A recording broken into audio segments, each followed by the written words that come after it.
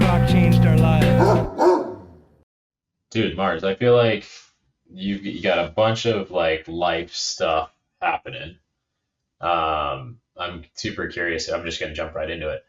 Uh, you're expecting a child. Yeah, Yeah. congratulations. Congratulations. Yeah, That's we amazing. we just announced that this last weekend.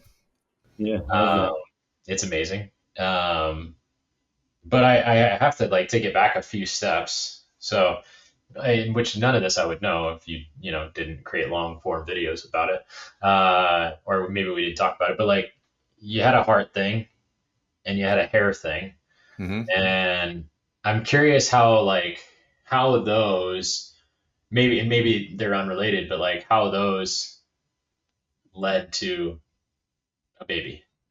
How Oh. those led to a baby. Yeah. Well, okay, so a little bit of backstory. Around the time I was leaving Santa Cruz, it became obvious that I was losing my hair. And I think I was a lot of like stress induced stuff during that time of my life. And I was just like trying to hold on to it, and I started getting really honest with myself. And then around, it was like, I don't know, it's just been over just a year now since I went and got a hair transplant, but I was considering getting this thing done. And then I was talking to a friend of mine that was opening a clinic down in Bogota, Colombia. And he was telling me that he could take really good care of me and to not go to Turkey like everybody else is doing. And it was like at the same time that C-Bum went to a hair clinic in Turkey, and he was going to go to the same one that had approached me to come down there and get it all done. And so I was like, I don't know anybody in Turkey. I know you, Greg. And he, I trust you. So he's like, yeah, come down here. And so I went down there, got it done. It was like an 11-hour surgery. It was something that was like kind of hard for me at first to like be open and honest about with my following, and just be, because it's like the equivalent, I would say, of like, it's like the male boob job, it's like, yeah, I'm losing my hair. I'm going to put it all out there. And so once I did that and started being like a little bit more vulnerable with myself and just kind of telling people that I was doing that, it like gave a lot of people that I know permission to kind of like come to me and be like, hey, how was it? And I'm thinking of doing it. And, so I feel like it kind of helped some of my friends and people in my circle to maybe go do it, because I know a lot of people that have done it since then. So I got it done in January of 2024. It took about 6 months for it to all kind of fill in and look normal again. But for a while there, I was like, fuck, man, I don't know if this is working. Because it would all like fall out, and like it falls out, and then you just see these like little hairs start to poke through, and then finally it all like filled in. And then, yeah, I was like, I'm glad that worked. I was stoked on it. And then we got really good content out of it. And I feel like it was a good way to kind of take a different approach to the storytelling that we traditionally been doing. Yeah. A little bit more personal, a little bit more vulnerable, not just like chasing around these really fit people that we typically do. And so that was kind of like the first, vulnerability story that we did on our channel. And right around that same time, I mean, that led into the kind of like the heart surgery that I just recently had. Yeah. And that was like something that took like almost a year to kind of figure it all out. Like I didn't ever have a symptom of a heart issue, and never felt like I had anything that was causing me to not perform or work out or anything. I went and saw a new doctor, and he was listening to my heart, and he was just like, your heart is kind of like all over the place. It sounds kind of like you're in Afib. And I didn't even know what Afib was when I went and did that. And so he was like, you need to go get this looked out and checked into. And I started going down this process where they do all these tests, and I did like an echocardiogram. I did a stress test. I did every test you could do for your heart. And at one point I thought I had a heart attack, and I was like, you think you would know that you had a heart attack? I feel like I'm pretty healthy, and I don't ever feel like I was, struggling with my heart. And then it ended up turning out that I just had this condition called PACs, that is extra heartbeats in the top chamber of your heart. Yeah. So they suggested that I kind of either take prescription drugs to immediate, like to relieve it, to like lower my heart rate, to get it to a point where it wasn't overworking itself, or to get an ablation. And I never even knew what that was. I was like, yeah, tell me what that is. And they're like, well, we put a catheter in your hip, run it up to your heart, and burn the areas of your heart that are beating more than they should, and then they shouldn't beat in those areas anymore. So when I heard that, I was like, well, that doesn't sound like a good option. That sounds shitty. I don't want to do that. And so It's option 3. yeah. And so I mean, that after like sitting on it for a while and kind of like weighing my options, I thought that like, if I don't want to take prescription drugs the rest of my life to kind of like just be like a temporary fix on my heart, I'd much rather like go in there, get it fixed, and like not have to worry about it anymore. So I decided to get that done it was like December 30th of 2024. So in the same year, I got a hair transplant and a heart surgery. I was awake for both of them, which is crazy. Yeah. Like during the heart surgery, I wake up and they're just like, so when we gave you the medicine to like put you to sleep, it lowered your heart rate so much that those extra heartbeats aren't showing up. So we actually need to keep you awake now to see if they come back, and then we'll burn those areas if they do. And that's what happened. And I was like, fuck, why am I awake right now? This is not expecting any of this. And so I got the surgery. It was a relatively easy recovery. I just had to take like a week off. It didn't take 6 months for anything to happen, like my hair, it was pretty much like within a week or two, I was back to working out regularly, and I kind of was able to bounce back quick. And I feel like my heart's good now. And I feel, I got a good heart and a full head of hair now. So What else do you need? Yeah. What else?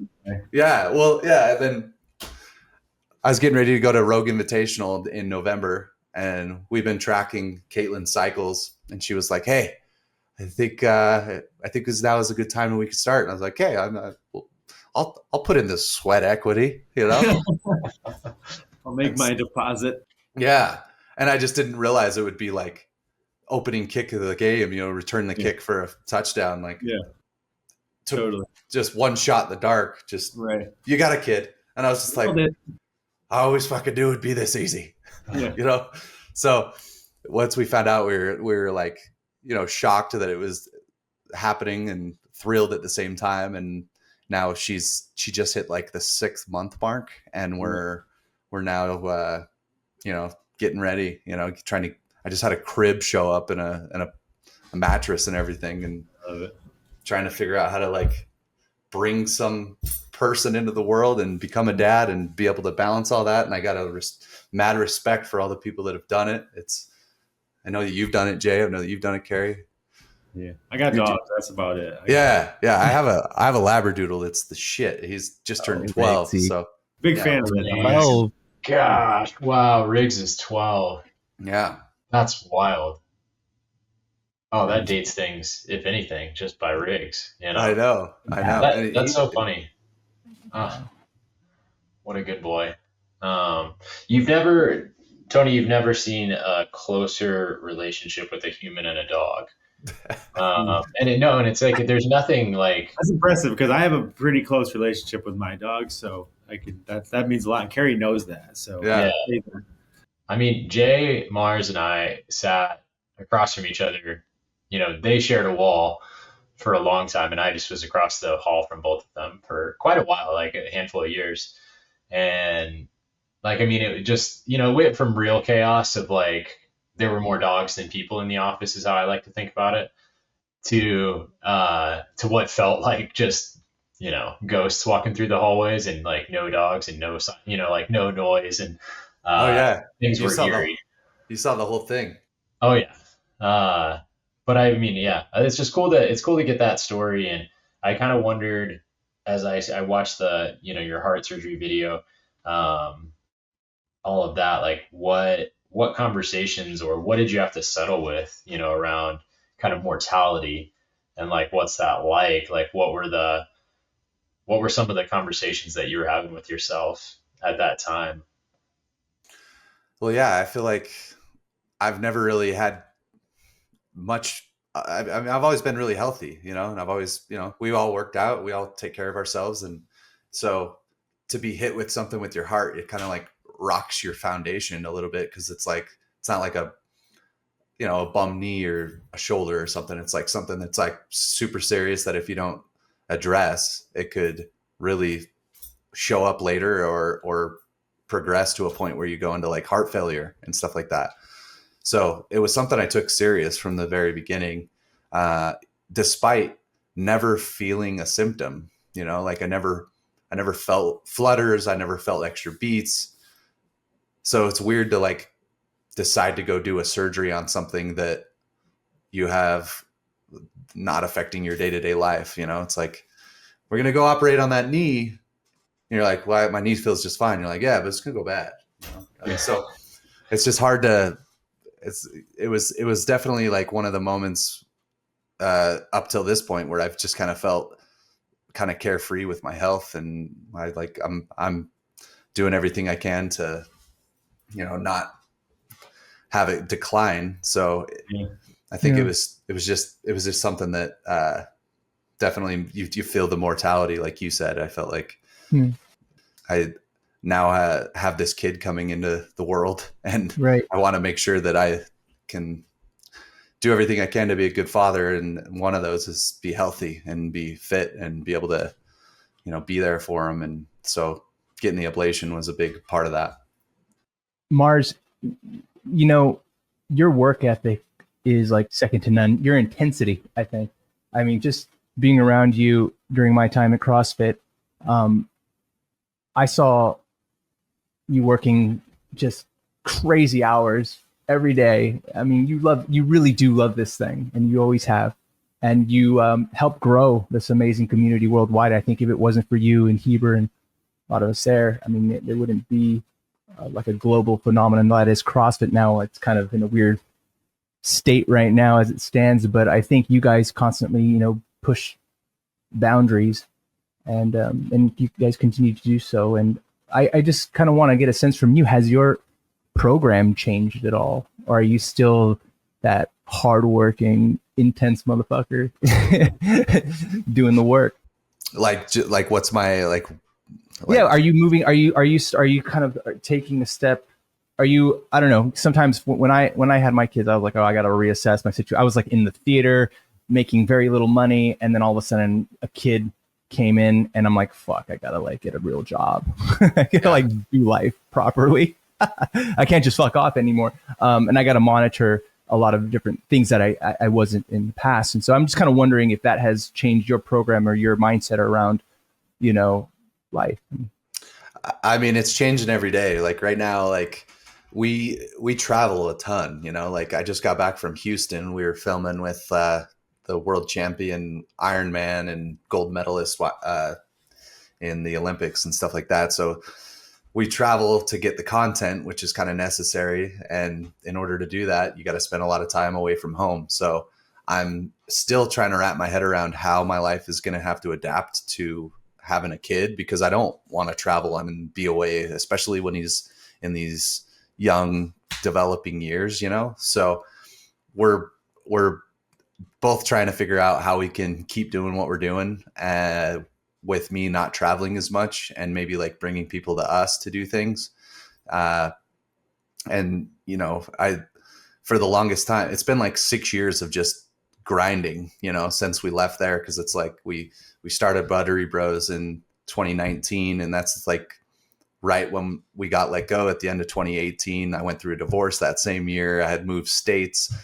It was just like, I didn't have any other option. I was like, I believe in what I'm doing because I did it for somebody else and it worked. I think that if we did it and we really tried to, you know, just put our best effort into it, it would be successful. And for the most part, it has been for the past, you know, so many years. And, you know, up until recently, it seems like there was a lot of potential for growth. And now it's like a very different landscape, just because it seems like there's been a lot of pullback in the CrossFit space. And with everything that happened this last year, it definitely hurt the whole economy and hurt everybody. So it's been hard for us to just figure out what the best thing to do is. We always just like to try and make content that we would like to watch and content that like resonates with us. So we've been shifting a lot of what we do just to try and create a bigger audience and like not just be so niche into one aspect of fitness, but do more things that can kind of bring, either more eyeballs or more viewership or whatever it is. YouTube's a tricky game because it changes so quickly, and you got to be able to like adapt on the fly and, change your content to kind of match the platform a little bit. For one, you guys do a great job, all the work that you do. I watched all the 2 videos in regards to this episode. The hair and the heart one were great. Well done. High five on that. But thanks. I'm the odd one out here because I'm like the observer, because you guys have the relationship, right? So I get to sit here with all the curiosity and be like, what the hell was it like to share that space with you guys? I mean, as a part of the ecosystem, I was aware of the output of it. But what I think is kind of neat about this, well, it actually happens quite a bit, which is like the where are they now theme of these things, where like everybody used to work for HQ and now we're all kind of in a different part of the ecosystem, or wherever. But to be the one that brings it to like a heavier subject, I think one of the things that keeps us all inside the CrossFit space to some degree, or the fitness space really more so than CrossFit, is like at its core, all of us have, every human, but we all have this mortality struggle, this denial of death struggle type thing. And so many of us end up doing a few things with that, right? We grind really, really hard in an effort to prove that like we still have time and we're still alive. We work out all the time and we still prove that we're still getting fitter, we're still living, we're still thriving. But more often now, what I see, at least on my side of the work, is a lot of people put things off to prove that they're still alive, which is ironic, right? Because you're like, why would you do that? But the fact that you still have time to do that thing, or I'll get to it, or maybe later, or someday, means that I have control of this infinitely decreasing amount of time that I'm going to be alive. Well, I think that that's funny or ironic is that everybody here was essentially forced into action, right? You guys were thrown out of your job, things changed, and for all intents and purposes, everybody landed really on their feet. Mars, you just kind of took it to the extreme because like you had like an existential work crisis and you got to apply it there. And then you're like, also bum ticker, throw that in there. And then on top of that, you're like, you know what? We're going to go full circle. I'm going to make a baby. Right? So like you played the whole gambit of like more. I mean, I guess everybody on here kind of played that whole gambit of mortality, but I think that part's fascinating. And I think Carrie's question, which was like, how did things change? I'm curious because you guys have actually always done a pretty good job of framing the humanity and the superhuman approach. Because like I think that's one of the cool sort of underlying themes of like a lot of the Buttery Bros stuff is like the jokingly like you and Heber trying to like keep up with somebody or like run a race in stupid shoes or do the things that are identifiably vulnerable and human. They're not like these superhuman feats, although running a marathon in those moon boots is quite literally superhuman. Yeah. So it's no surprise to me, I guess, to kind of bring this back to these things that one, everybody here landed on their feet because I think that we're all driven by that same thing. But I'm not shocked that people were so relieved or comfortable, when you came forward with like those vulnerability pieces, like the hair stuff at first, right? Like, because you were already kind of like the comfortable fitness channel in a way. Despite you were watching these crazy things, you guys did a really great job of taking these superhuman feats and making them approachable. But it's cool to watch you step into the human role. And I'm curious to see, where vulnerability plays a role in the future of Buttery Bros and really how like this story is going to play a role in you as a father. That part will be really cool to kind of play out. And no doubt, I'm sure it will be a part of the series, so to speak. But that's kind of my heavy take on the whole thing, which is we're all afraid of dying, so we all work really hard. And like Mars had like a micro dose of the whole thing. It was like, I throw a heart attack in there, hair loss, make a baby, and also lose a dream job. Go, right? Yeah. So that part's cool. And so I guess the central question that I had following that up is like, how has vulnerability changed sort of the the script, the narrative of how you guys approach things in the Buttery Bros space now? Yeah, I think for me, it's been a growth process for myself, because for the longest time, I don't have much problem being vulnerable with like my friends or like people within my community. But when you flip that and like throw it on the internet for everybody to see, it's like, it's a whole nother thing, Totally. and debating getting the hair transplant was one thing. Like I was like, I'm going to do it. But like putting it on YouTube for everybody to see was like a struggle for me at first, because it didn't feel like having everybody know my business that much was like, I didn't know how that was gonna go, and once I put it out there and once I saw like the response that other people had to it and how they received it, it actually like helped me a ton in my own vulnerability growth, to be able to be like, I can help people by just being vulnerable myself, so that it can like transfer over to them to feel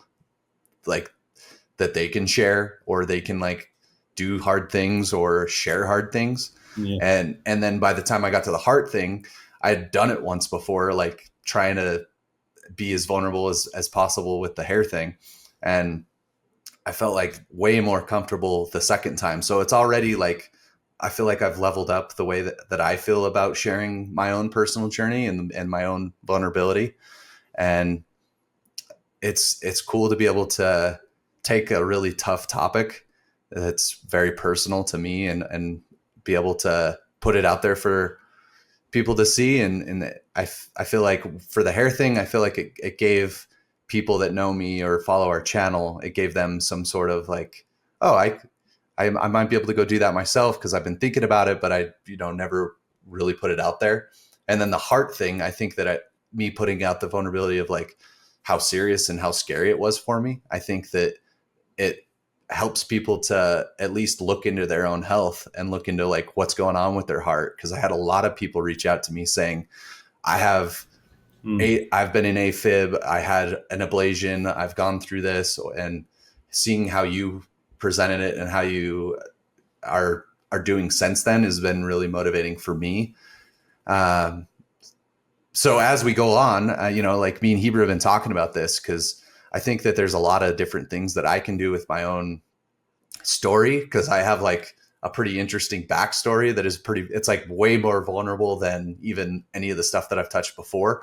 Like we've discussed talking about that and presenting it and doing like, an episode on it. But it is a journey. It's a gradual path for me. It was one thing that kind of made me feel like, oh, okay, I feel more vulnerable and more comfortable sharing these stories. And I feel like as I go on, it's a growth process for myself. And I feel like the more I do it, the more comfortable I become with it, and the more it could potentially help other people. You really screwed Hebrew though, because like you took all the easy ones, hair loss and like heart. So like he's gonna have to get like a calf transplant or something. A calf transplant. That's gonna have to be like the only other male equivalent there, like a penile implant. Be done. I don't know. You took the top one, so he's kind of screwed. You left him with the strap. I let him take the Iron Man. I was like, yeah, you go do that one, buddy. Yeah. I'll film it. I'll let you have the easy one. You go do the the easy one. Yeah. Sure. We'll be over here. You could do the calf transplant in episode in season 17. Sure. That aside, I think it's always ironic is people explore vulnerability, they step into it, because I think we all have, especially in the fitness space, there's such a predisposition to think that you're supposed to have the answers, right? Like, well, people pay me to be the coach, I'm supposed to know, and then inevitably somebody steps into the vulnerable shitstorm on accident, I think, and then they're just like, whoa, I can actually help more people by having less answers and by being more authentic and by being more connected and being more genuine than being closed off and having all the answers. So I'm not surprised that people really took to you guys on that end too, because it would be very easy to assume that you and Heber both could be very, I don't know, I guess arrogant, given the fact that you spent so much time with so many cool people doing so many cool things. but yet you remain not only approachable, but increasingly vulnerable, which I think is really cool to the brand. So kudos to you guys on that one. Thanks, dude. Yeah, I think one of the things that's really interesting in what you're saying there is how much of you're like, oh, if I wanted to see that thing in the world, I just had to be it. Right? Like, oh, if I want the world to be peaceful, I need, or I want there to be peace, I need to be peaceful, right? If I want love in my life, I need to be loving, and like you see that that's reciprocated. And it's honestly what probably sparked this whole conversation, because we caught up at the games, and I was like, I walked away from that conversation like, that's probably the deepest conversation I've ever had with Mars. Like, bar none, like just, known you for shit, like 13, 14 years or something, and At that, yeah. And had worked in incredibly close proximity. And I was like, I got so much more of authentically what was happening in your life in the 30 minutes we probably stood there and talked.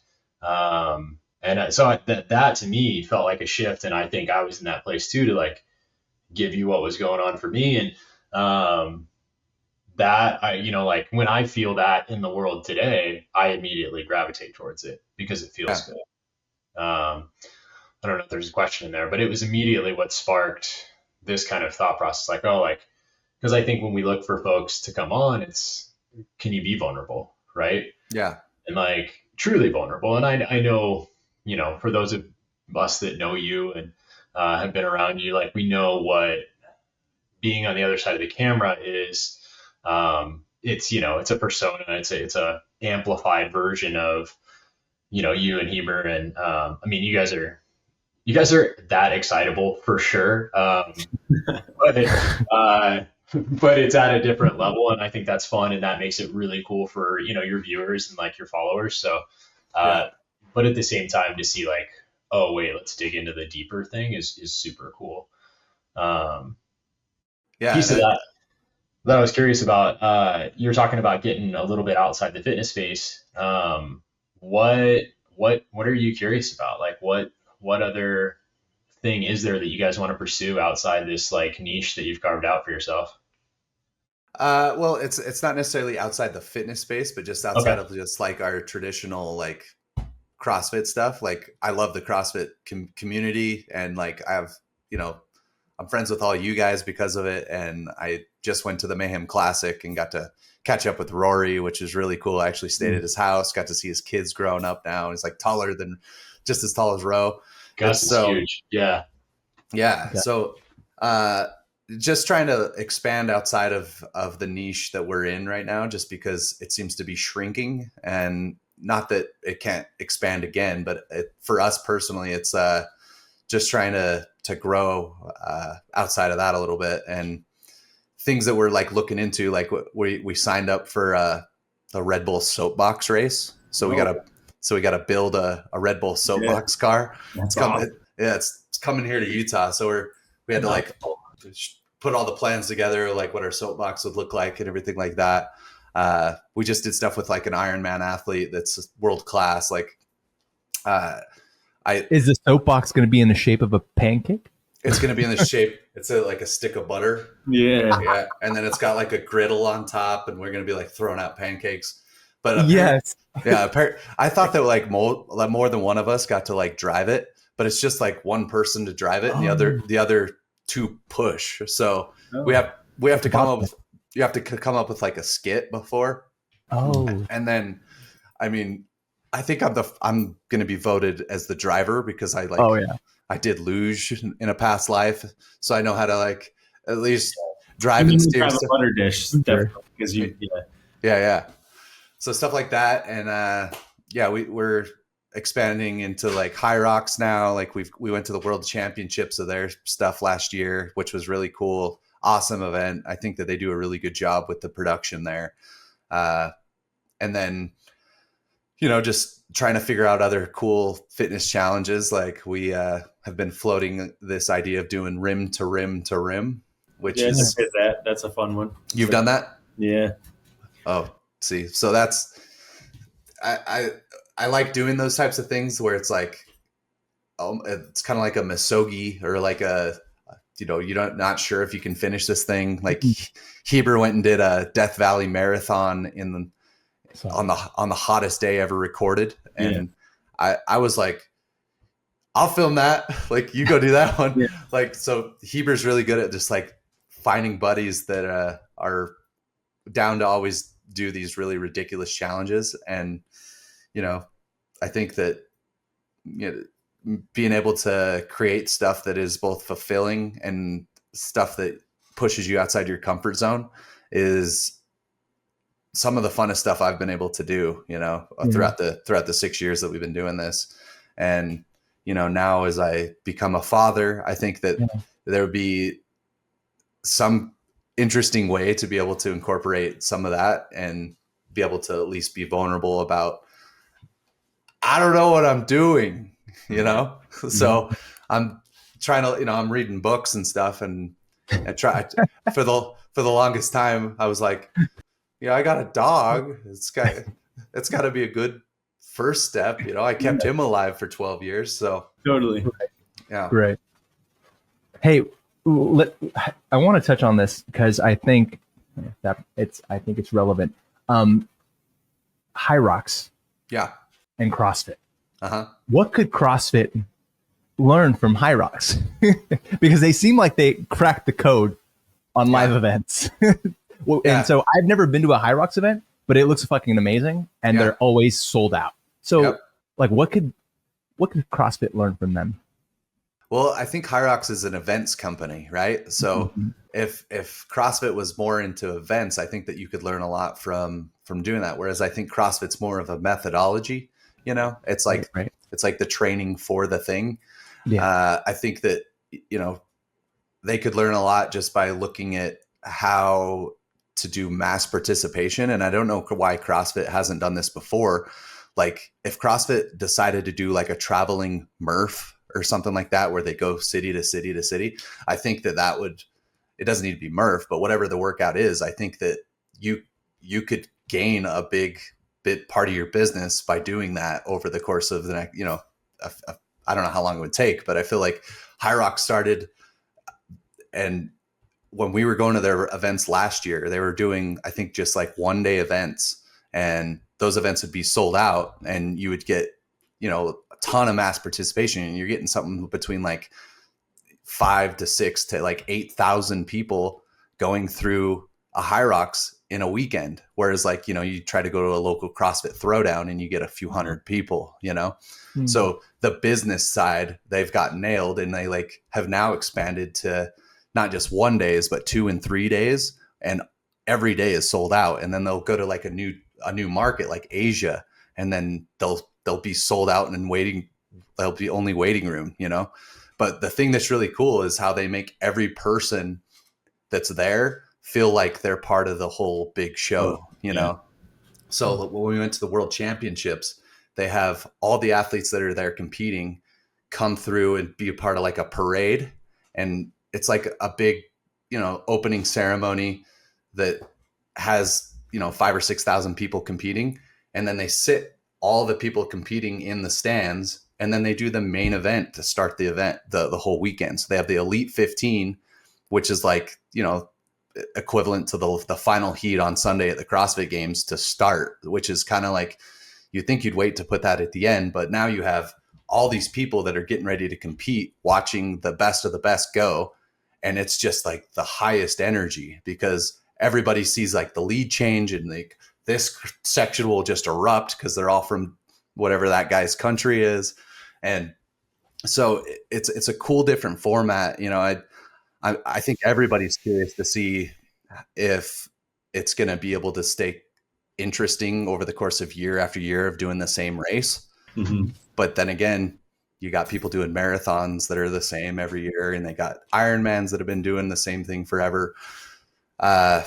So it's really cool how they are able to put on the production on site. Like you line up in this like little, it's like a little dome, and they have like these TVs on screen, and they have a countdown going, and then they have an announcer come on, and it's like, get ready, and you're just like, you feel like you're like ready to run out of the tunnel at a football game, so And I think they do a really good job of just making everybody that's there feel like they're part of the big show, which, you know, at a CrossFit event, if you're not competing and it's like, you know, people in lanes and stuff, it tends to, I don't think that they've really nailed the things that could add to the experience for even just the spectator or the people that are there. It's more just about the elite that are competing. You know what I mean? Mhm. So Yeah, I think early on we got lost on, we have the methodology which proves our version of fitness is the best version of fitness. yeah, Right. Nobody's really disagreeing with that, by the way. And so now it became like, well, we got a program for the thing and then continue to elevate. And there's nothing wrong with it, right? The CrossFit Games is great and HYROX can be great too. It's just totally different things. But you're right that marathons, triathlons, they sell out and they, you know, and I don't know that that's like, you know, at least in our earlier existence of CrossFit was ever even an idea that we cared about, right? Like, oh, let's make the event side of this thing anything. I think it was like, let's not do anything with it, actually. We'd prefer that less is done with it because it might detract from the other messaging, which I totally get. But, it, you know, I think to jump all the way back, it's like, yeah, you could take that now and start with it and go, you know what, guys, it's not going to be constantly varied, but we're going to do, you know, here's CrossFit and like, here's the event or the two events. And like, this is what we're going to run and like stamp that, rinse and repeat. yeah, And that would still be a lot of fun. Like, oh, we're going to do a max clean and jerk across the board. Great. Everybody knows that they're going to go like train for that thing and that'll be perfectly fine. And then here are the other workouts. Like, I think people would still have a lot of fun with that in the CrossFit space and not make it a local competition where probably the folks running the thing spend more time programming than they do thinking about the logistics or certainly on like the spectator or the athlete experience, right? Which are very like last minute, because immediately when you show up to those, we've all been to these, you 3, 2, 1, go, the thing starts and you're like, well, we're an hour and a half behind schedule. yeah, Like, without fail. And it's to today. Like I went to one like last year and I was like, cool, this really hasn't changed. Like I thought it would have, but it hasn't. Yeah, I feel like CrossFit innovated quite a bit in the early days, and it's kind of become, in my opinion, a little bit stagnant, and it hasn't really gotten out of its way in a way to like grow and expand outside of it. The thing about HYROX that I think is so appealing to the masses is that I could go talk to a guy that's like a buddy, you know, hey, do you want to run a HYROX in a couple weeks? And he's like, yeah, I could go.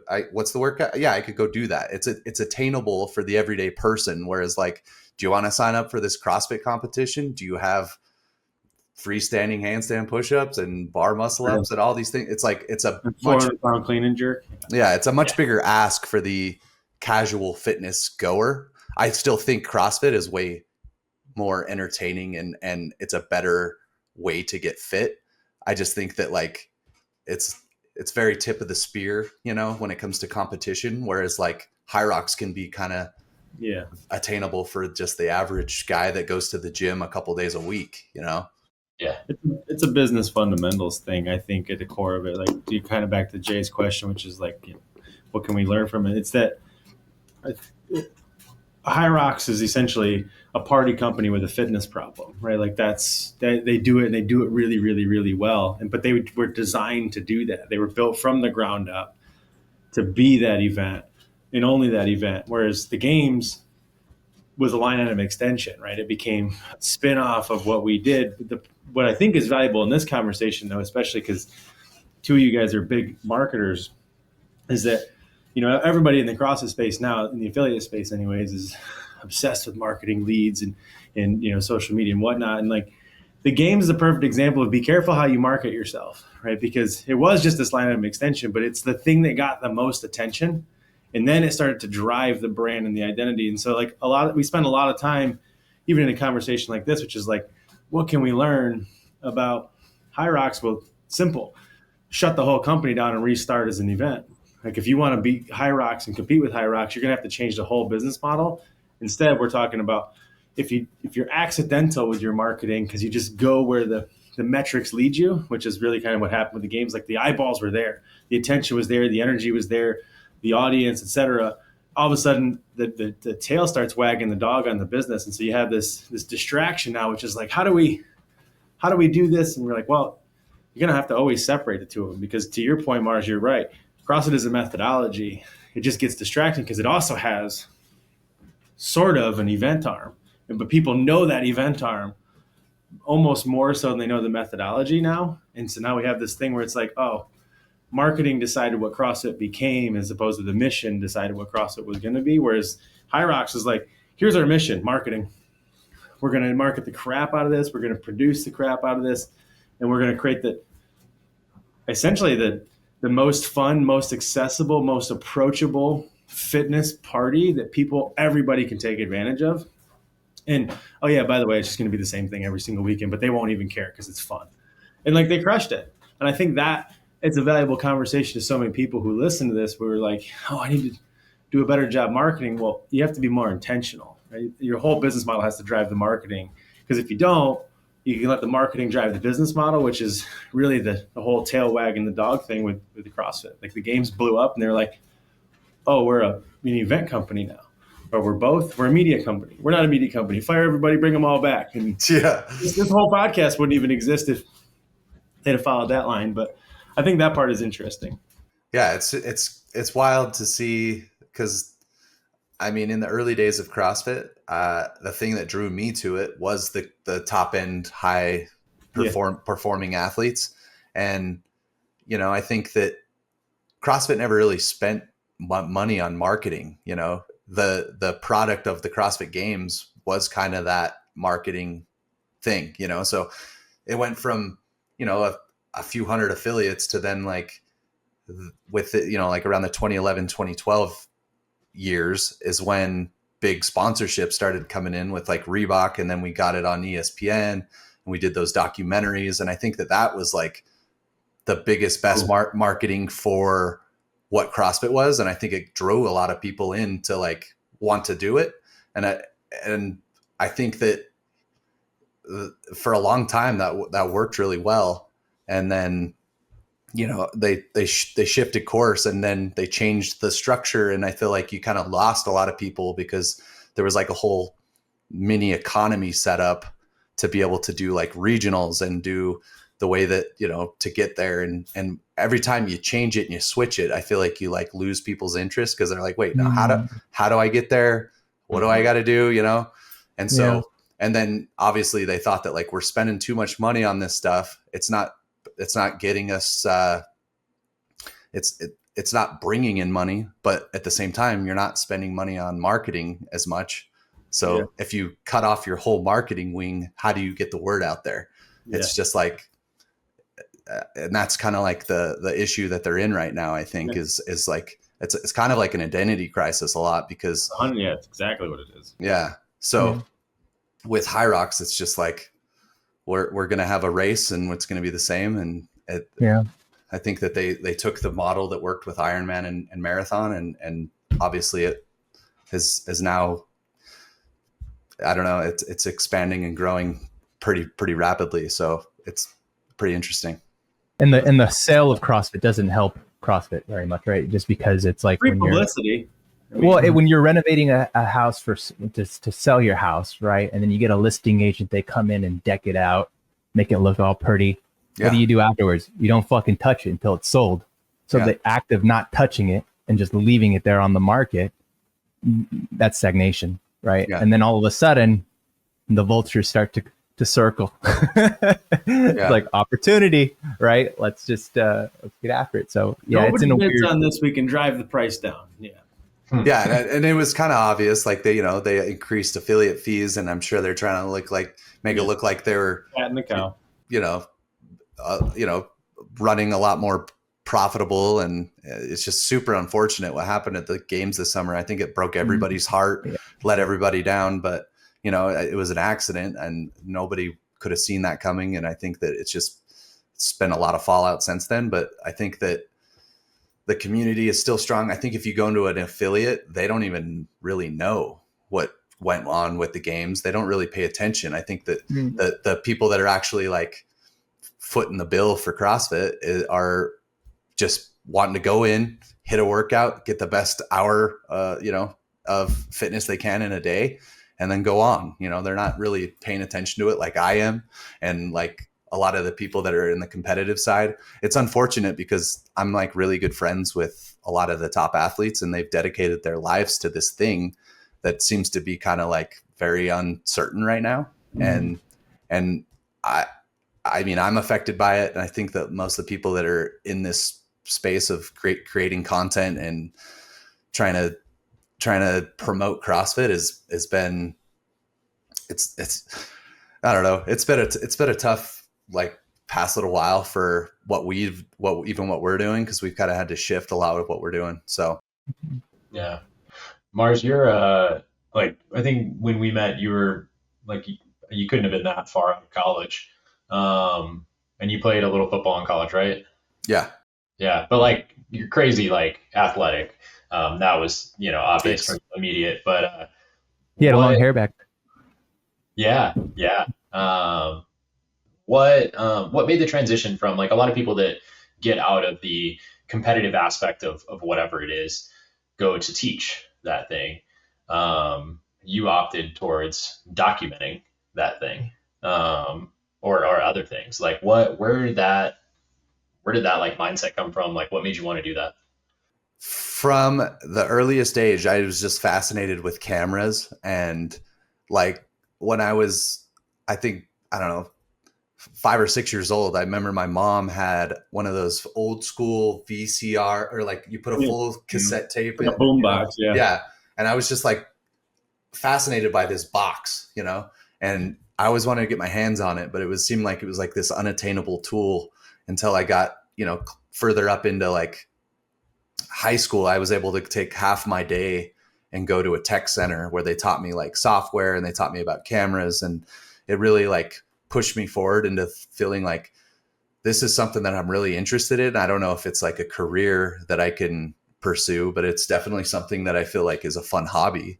So I was able to go to college and play football. And at the school that I was playing football, they happen to have a film department. So I was like, I'm going to try and, apply myself to football as best I can. I was there and I got a football scholarship, but it was like a 2-for-1 where I got to do that and then also learn a craft that I thought was going to be at least a good skill to have. And then perfect timing, really, like right when I got done with school is like right when social media is starting to kick off. And I feel like right when CrossFit was starting to become a thing. And I was kind of just always fascinated on documentaries and telling stories of like some of the, like the best of the best. And like early on, it was like the Art of Flight films, the Travis Rice, like documentaries that they do with snowboarding. I always saw like these Red Bull productions and was like fascinated at how they were getting these cameras up into these really, really obscure places in the mountains and how they were able to like show these really cool, beautiful slow motion shots. And so that's kind of like what motivated me early on to like want to do something of that caliber. So out of college, I was doing like 3 different jobs at the same time. I was working for a timeshare company, which was like the worst. It was just like, I'm just trying to get real world experience and kind of like learn a little bit more of my craft. And I cut my teeth with doing boring talking head videos.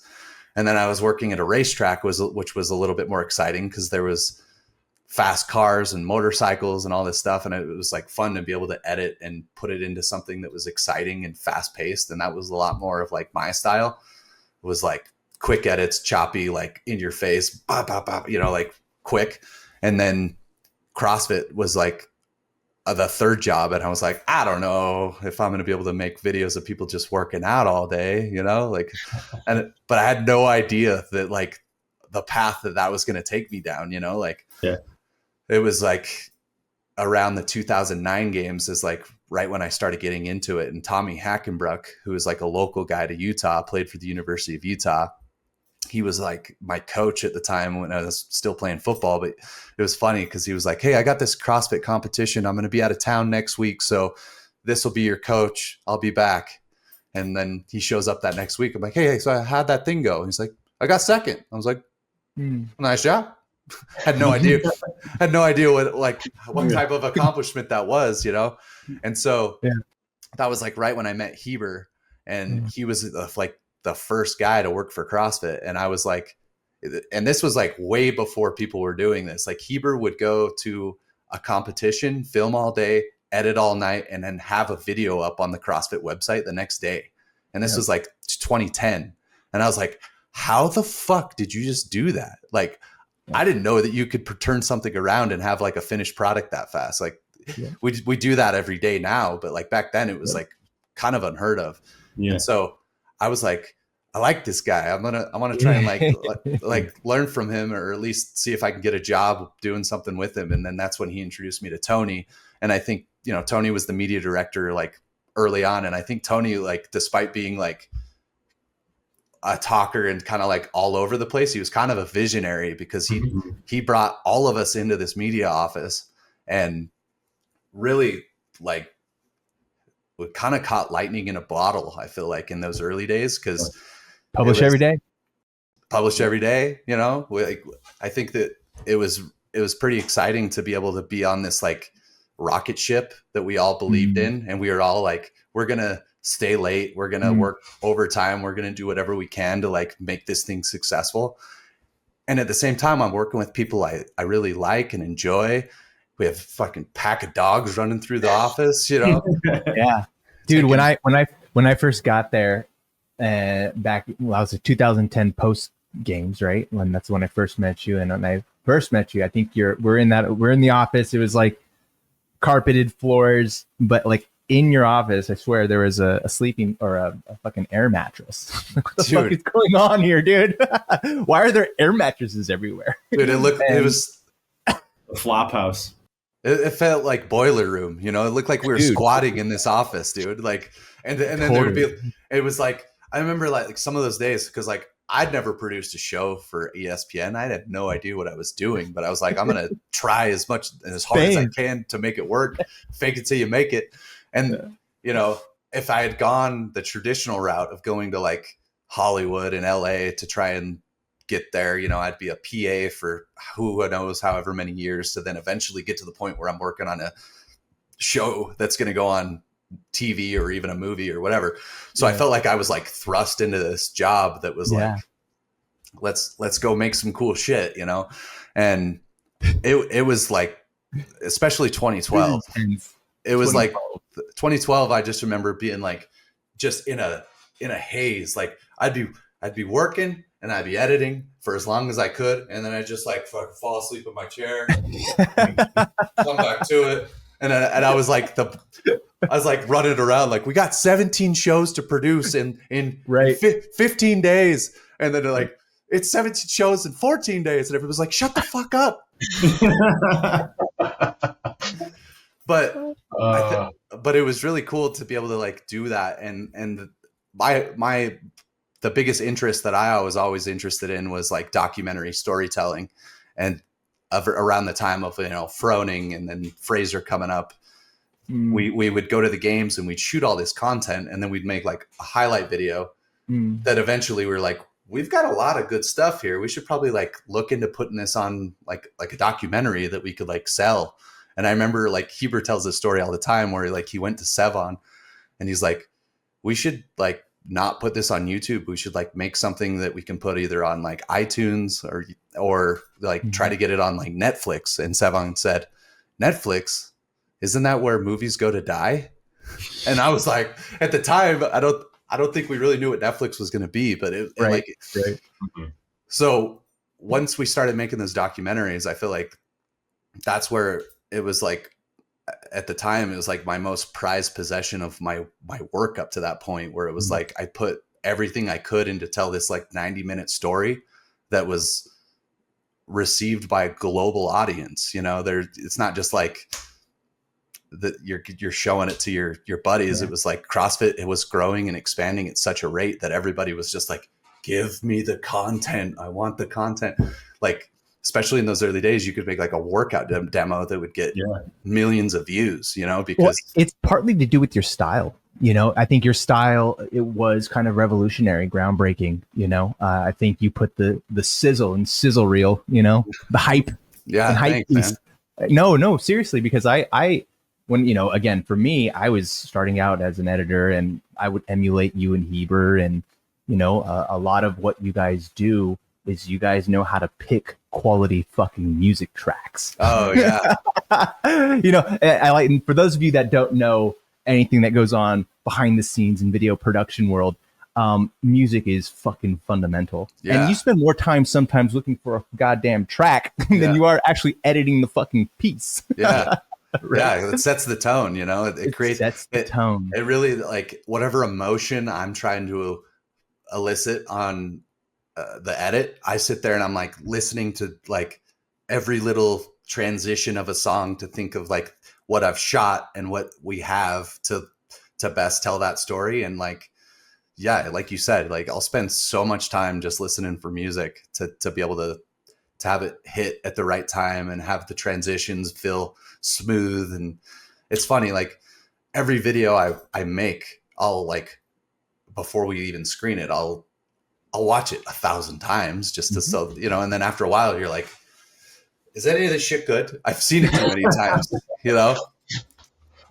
Do you wear headphones now when you edit? Yeah. 'Cause you got them on now. Yeah, I definitely wear them now. I was in the office next to Mars, and all I would ever hear is like, vroom. But then it would just run I'm back. like, okay, I'm To be like, it's not that second that I need that to come in, and it'd be like, whom, and you know, Whoa, and then we come back. and it is Whoa. great taste because it would be Oh, yeah. some like Great great taste. music that it would evoke some type of emotional response.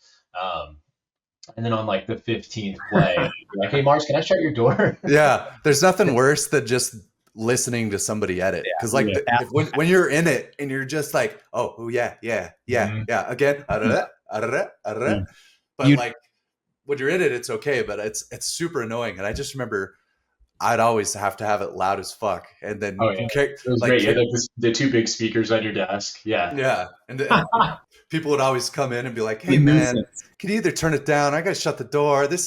I'm trying to work over here. And I'm like, that was mainly Carrie, asshole Carrie. It was 100% me. me. Yeah. I was like, I can't focus or like think.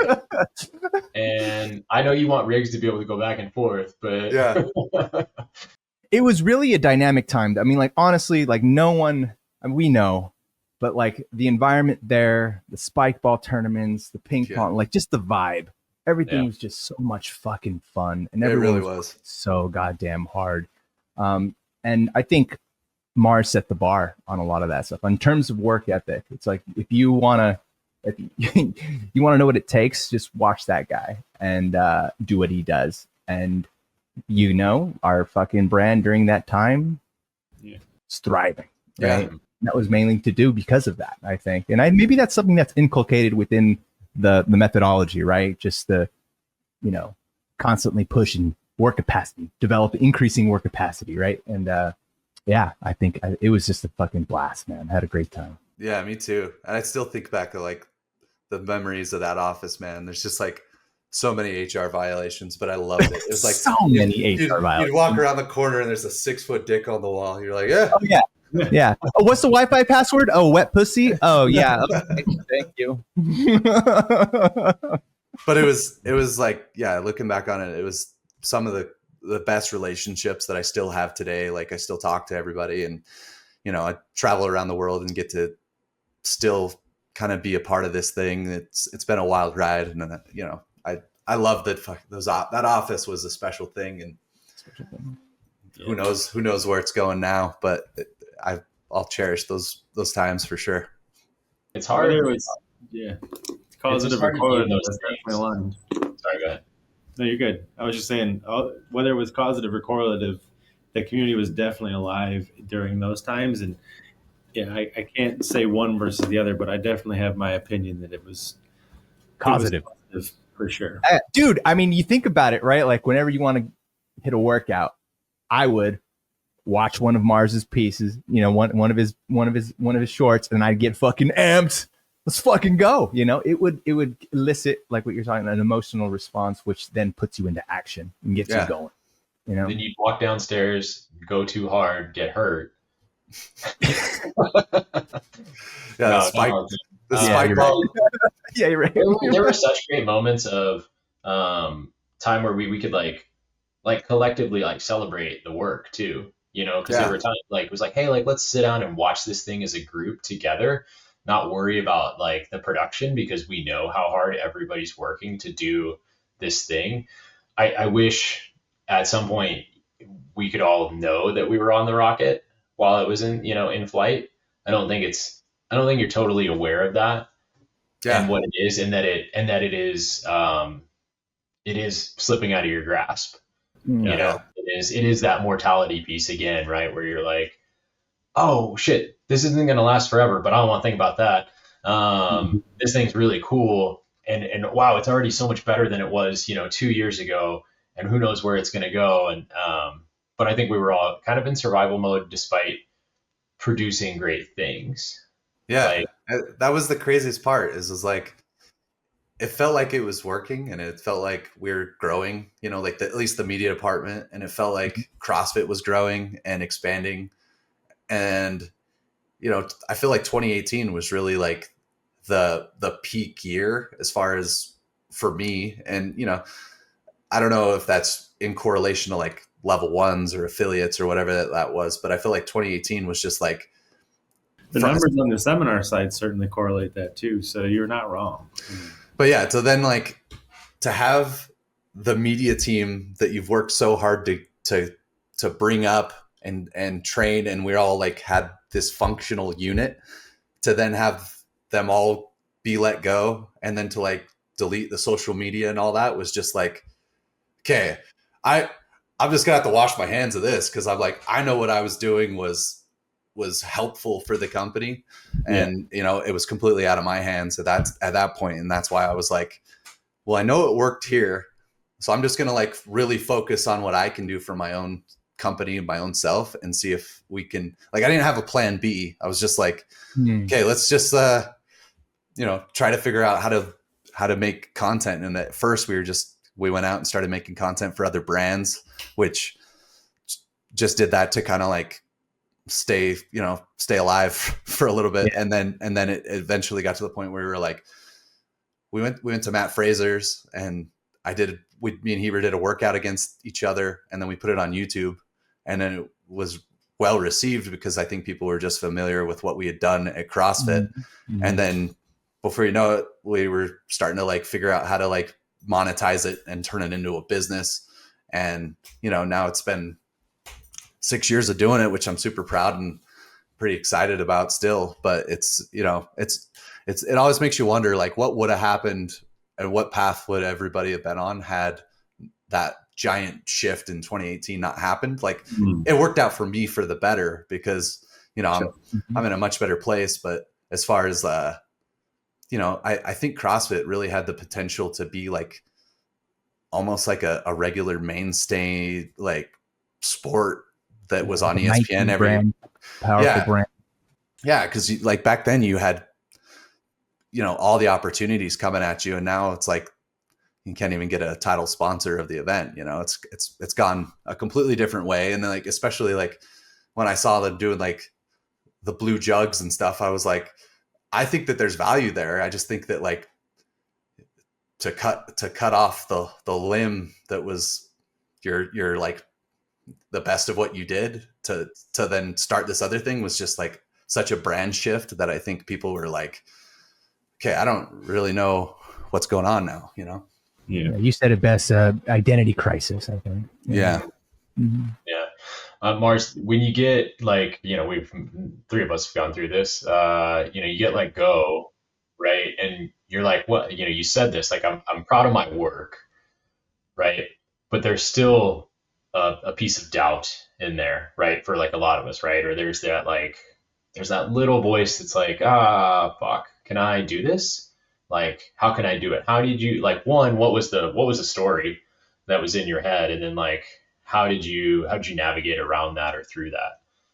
Well, at the time it was like such a shift in my life. Cause I mean, you guys know I was married to Brooke for all those years, and she became top CrossFit athlete. And then like I got left from CrossFit, and I was like, I'd been working on this like side project with her YouTube and stuff. So I got let go from CrossFit, and then I was like, well, at least I got this, right? And you're like, nope. And I was like, fuck. So it was like, so it went from that to that. And then it was like, I've got to completely shift my life now. It was like, I was talking to Heber. I'm like, what are you going to do? He's like, I'm going to move back to Utah. And I was like, I think I'll do that too. I don't have anything keeping me in Santa Cruz, you know? So it went from that to then like I moved back in with my college roommate. It was like a time capsule of 10 years, you know? I was like, am I really like single living with my college roommate all of a sudden in a different state? Like it was without a doubt like the most challenging part of my life, you know, because we're trying to spin up this business, and like, although it's a very fun show and we try to keep it lighthearted, like behind the scenes, I was like broken, you know, I was just felt like I'd got my heart ripped out.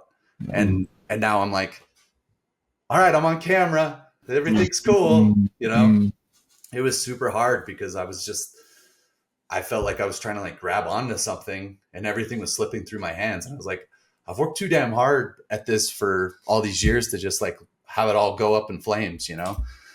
But I was like, at the core of it all, it taught me so much about myself, and it taught me how to like persevere, and not, because I could have gotten down a really bad path at that point just because I felt like things weren't working out. And the only thing I could do was pour all of my heart and soul into my work, because that's all I really knew how to do. And hopefully that works, you know? And luckily enough, it, you know, I had Heber that has just like been an amazing business partner. And, you know, where I struggle, he's like a strength, and like where I'm really good at things, he kind of isn't as good, you know? So I feel like it was this like perfect blending of skill sets and brotherhood, really, that we could like lean on each other. Cause I know, you know, he had 2 kids and he had to move too. So, you know, he lived at his parents in his parents' basement for like 2 years, you know? So it was this like, we don't have a backup plan. Let's just give everything we have to like pour our heart and soul into this thing, and hopefully it works out. And it was very unsure. And you know, I didn't have any, and still to this day, it's like being an entrepreneur is like it's you never know if it's going to just all, like, I have this deep rooted fear that like I'll wake up tomorrow and it'll all be over again. And I'll be like, hey, I guess we'll start over from scratch. But I know that that's not true. It's just like an insecurity that I have because it's happened to me in life a couple of times. But I know that like I've at least learned enough skills and learned enough about myself that I can like do it again if necessary. So yeah, I feel like believing in yourself, not getting dragged down by the unfortunate things that happen in life, because they will happen, but just persevering and staying on a path that you're like at least interested in, and make it work, you know?